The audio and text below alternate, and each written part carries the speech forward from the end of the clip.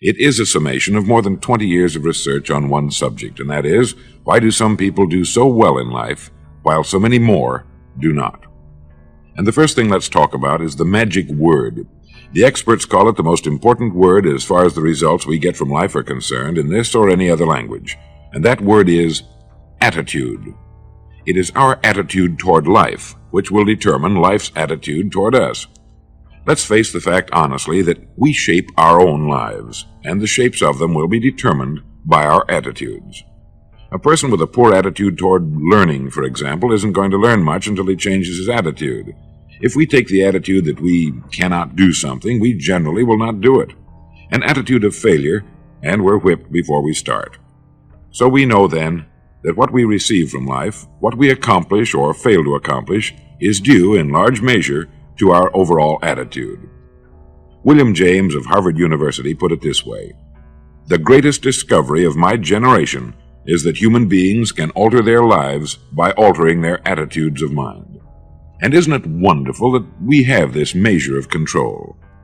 Before we start talking about our attitude toward the world, let's talk about our attitude toward ourselves, since it is the attitude we take toward ourselves which determines our attitude toward the world.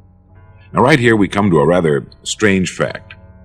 We're so familiar with ourselves, we tend to take ourselves for granted. We tend to minimize the things we can accomplish, the goals we can reach, and for some equally strange reason, believe others can accomplish things in our field which we cannot. There are literally millions of human beings living narrow, darkened, frustrated lives, living defensively, simply because they take a defensive, doubtful attitude toward themselves, and as a result, toward life in general. Many people are suspicious of and oppose change, yet change is the one thing in life on which we can absolutely count. People who stay young all the years of their lives not only welcome change, but see it for what it really is: new opportunity, new chances for further fulfillment. Attitude is a reflection, a result of a person's will. It is incalculably powerful. It can bring about marvelous results for us, but we need to train it patiently, day by day. Now let's talk about the attitudes of people who are successful. The top 5% of the people who go sailing through life from one success to another, and who, even when they fail at something, shrug it off and head right out again. No matter who the person is or what he does, men and women in sales, business executives, people in all the professions, wives and mothers, students, top people in the armed forces, public servants, men and women in the service of religion, working men and women in all fields of endeavor, wherever you find a person doing an outstanding job and getting outstanding results, you will find a person with the right kind of attitude. These people take the attitude toward themselves that they can accomplish what they set out to accomplish, that there's no good reason on earth why they can't be competent, successful. They have a healthy attitude toward themselves and, as a result, toward life and the things they want to accomplish.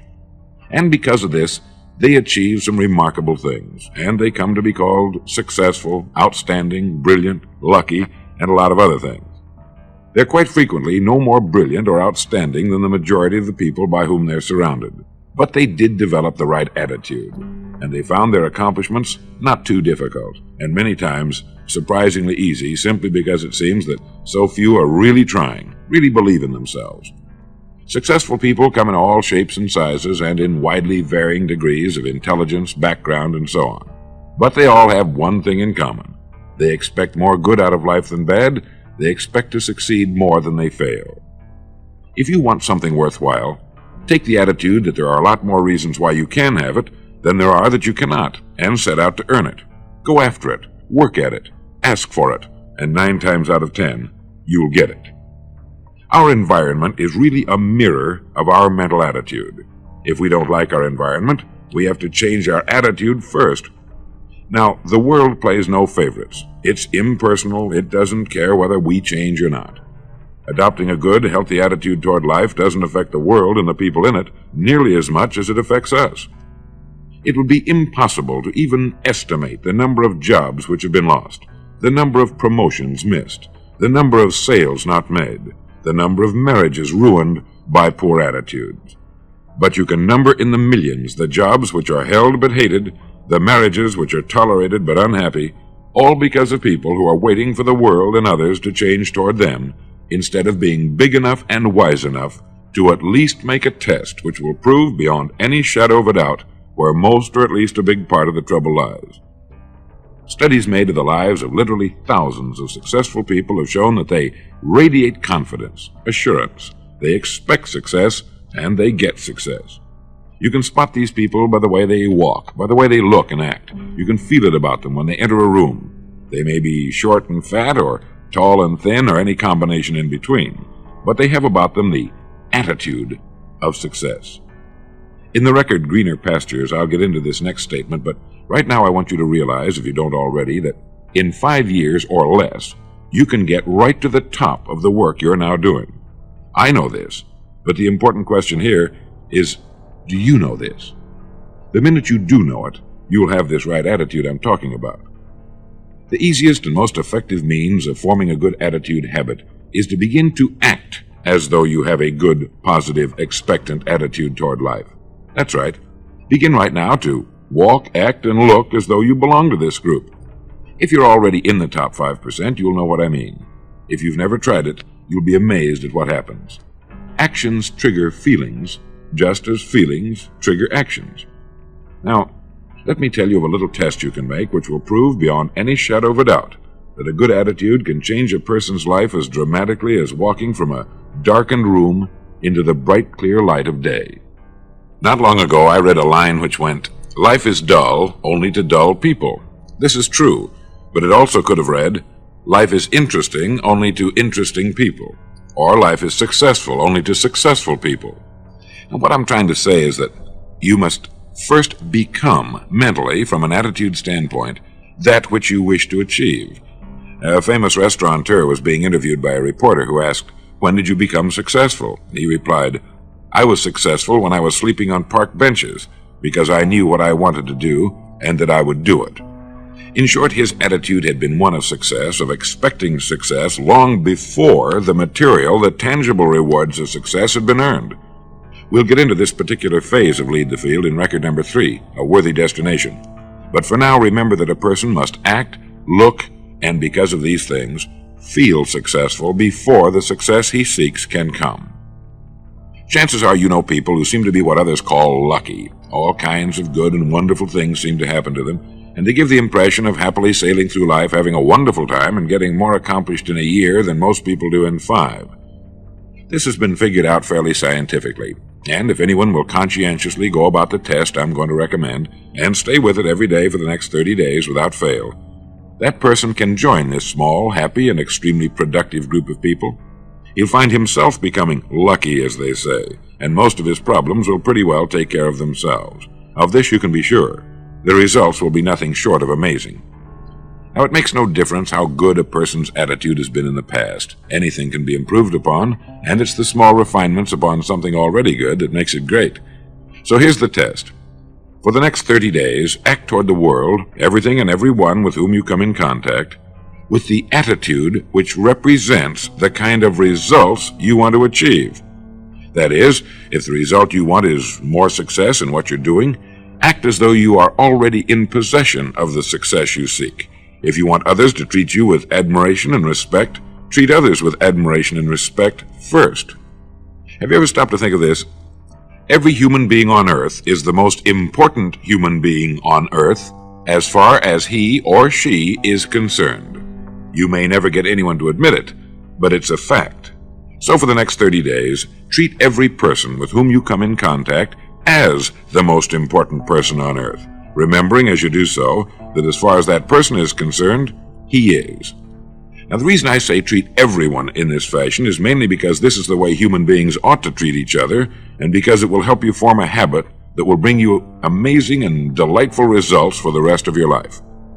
Have you ever noticed that the higher you go in any organization of value, the nicer the people seem to become? You see, the bigger the person, the easier it is to talk to him, to get along with him, to do business with him. You know why? It's because he's got a good attitude, and people with the best attitudes just naturally gravitate toward the top.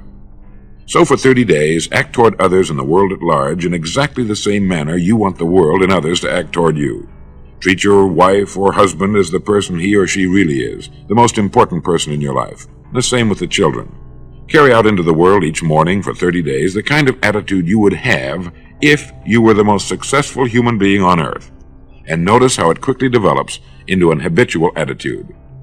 When a person does this, he should realize he has already placed himself on the road to what he seeks. He is right now in the top 5% of the people in this or any other country.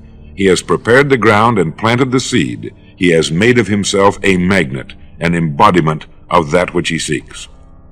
Before metal can be cast into a desired shape, the mold, the expectant receptacle, must first be fashioned. Before a building can be erected, the excavation must be made and the foundation laid. And before a person can achieve the kind of life he wants, he must become that kind of individual. He must think, act, talk, walk, and conduct himself in all of his affairs as would the person he wishes to become. He is then actually that person, and the things that person would have and do will naturally come to him. Almost immediately, a change will be noticed. Irritations that used to frustrate and annoy disappear. When some less informed individual gives you a bad time, stay on the track. When someone cuts in front of you with his car or acts in any other manner that shows his ignorance and lack of courtesy, don't permit yourself to drop to his level. Pity him, for that's what he really deserves. That's the very group a person doesn't want to belong to, and if he acts like them, well, let's face it, he belongs with them. There's nothing in the world that men, women, and children want and need more than the feeling that they're important, that they're needed and respected. They will give their love, their affection, their respect, and their business to the person who fills this need. So the magic word is attitude. And in summing up, a few points to keep in mind. 1. It is our attitude at the beginning of a task which, more than anything else, will affect its successful outcome. 2. It is our attitude toward life which determines life's attitude toward us. 3. We are interdependent. It is impossible to succeed without others. And it is our attitude toward others which will determine their attitude toward us. 4. Before a person can achieve the kind of life he wants, he must become that kind of individual. He must think, act, talk, walk, and conduct himself in all of his affairs as would the person he wishes to become. 5. The higher you go in any organization of value, the better will be the attitude you'll find. 6. Your mind can hold only one thought at a time, and since there's nothing at all to be gained by being negative, be positive. 7. The deepest craving of human beings is to be needed, to feel important, to be appreciated. Give it to them, and they'll return it to you. 8. Look for the best in new ideas. As someone said, I've never met a person I couldn't learn something from. 9. Don't waste valuable time broadcasting personal problems. It probably won't help you. It cannot help others. 10. Don't talk about your health unless it's good. 11. Radiate the attitude of well-being, of confidence, of a person who knows where he's going. This will inspire those around you, and you'll find good things will begin happening to you. And 12, lastly, for the next 30 days, treat everyone with whom you come in contact as the most important person on earth. If you'll do this for 30 days, you'll do it for the rest of your life. In the next recording, I'll talk to you about greener pastures. But now in closing, remember the words of Walter Dill Scott of Northwestern University. Success or failure in any undertaking is caused more by the mental attitude even than by mental capacities. Thank you.